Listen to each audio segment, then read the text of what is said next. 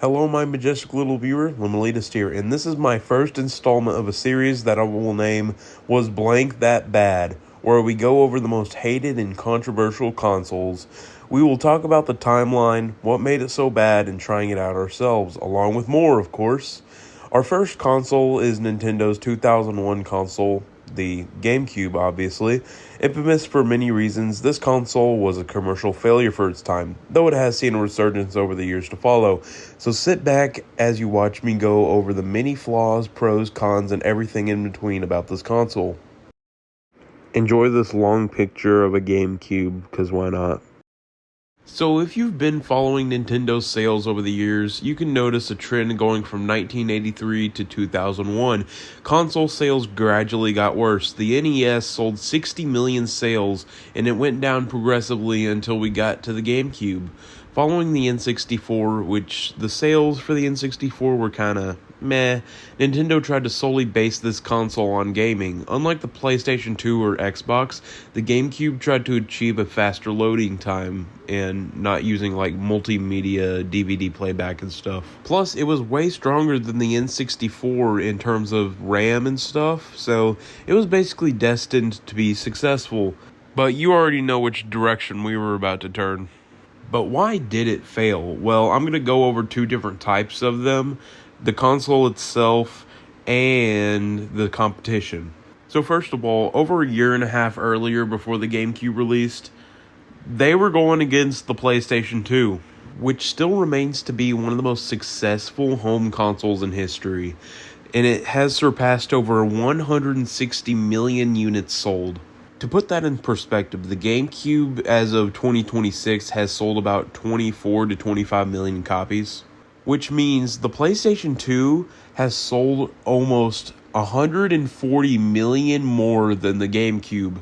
And plus, Xbox came into the ring after Sega left. Now, even though the Xbox did only sell about 24 million, so around the same as the GameCube, this was still a massive hit in terms of, Xbox's debut, and Nintendo's been doing this since the 80s. So it had quite a hard competition. And remember that prioritizing gaming stuff? Well, that's also what made it so bad as well. Well, one of the key factors onto why the PlayStation 2 was so successful was because it's, DVD playback. Plus, it looked so much more different for its time, which is not necessarily a good way because, the Xbox and PlayStation 2 looked way more mature, and the GameCube looked kinda kiddish. This was also during the time when people really wanted to play multiplayer games, and that's what the Xbox was so good at. The GameCube did not embrace any of this.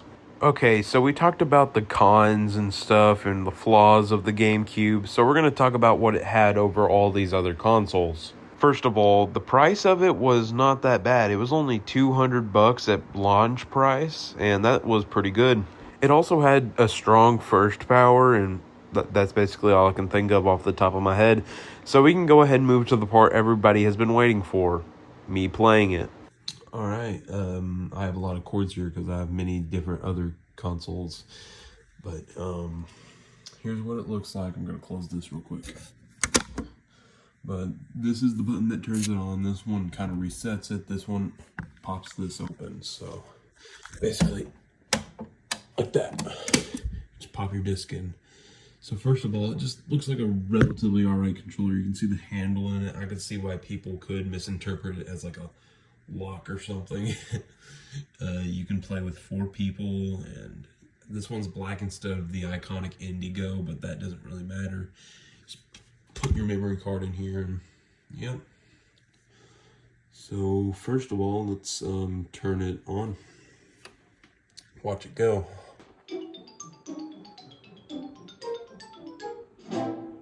Whoa, that's sick.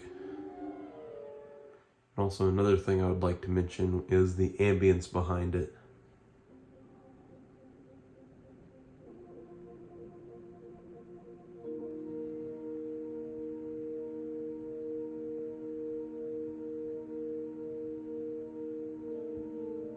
I could listen to this for hours. But overall, it's a relatively put together console. You can see your memory cards and all that. It's, relatively simple. If If you want to play a disc, you can just go up here on the top. If you want to see the date, memory card usage, options, it's just, simple. So the home screen already looks good enough, so what about the games and how good they are? Now, even though all I have are sports games except for this Jimmy Neutron one, there's I'm gonna actually try out these two right here, which are pretty good. First of all, this is not because I'm tall, even though I am. This is actually the size of it. It's way smaller than like your traditional one. In fact, I can pull out one of mine right here and show you the size comparison. So here are the size comparisons, and it's almost twice as small. So all we gotta do is just pop it up. And also another thing I'd like to confirm on here is it's alright. It's not as interactive as the Wii. There's no it's alright. So we just pop it in here and just close it. So you gotta click A to confirm it. Press start. Simple as that. First of all, here we go. And also, this soundtrack slaps. This is great. I love Carl Weezer. You're slipping new. As I said, the controls are relatively okay. It's alright. It's an alright game, and by the way, if you take it out, the disc cover is open. If you want to continue, please close the disc cover. So there's that. Plus, this one's really fun. You can pop it out. It's pleasant. So in conclusion, it's just an alright console. Did it deserve the hate that it got? No, not at all. But would I pick the PlayStation 2 and Xbox over this one? Yes. And I'm glad it has seen a resurgence over the years, as I said a few minutes ago.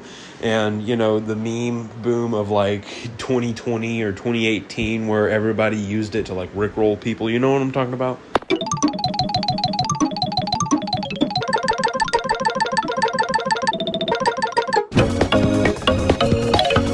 It was a much more simpler time back then, so yeah, expect more episodes not only relating to the GameCube like this one. I'll be talking about way more different consoles, hated ones especially, and yeah, just stay tuned for that.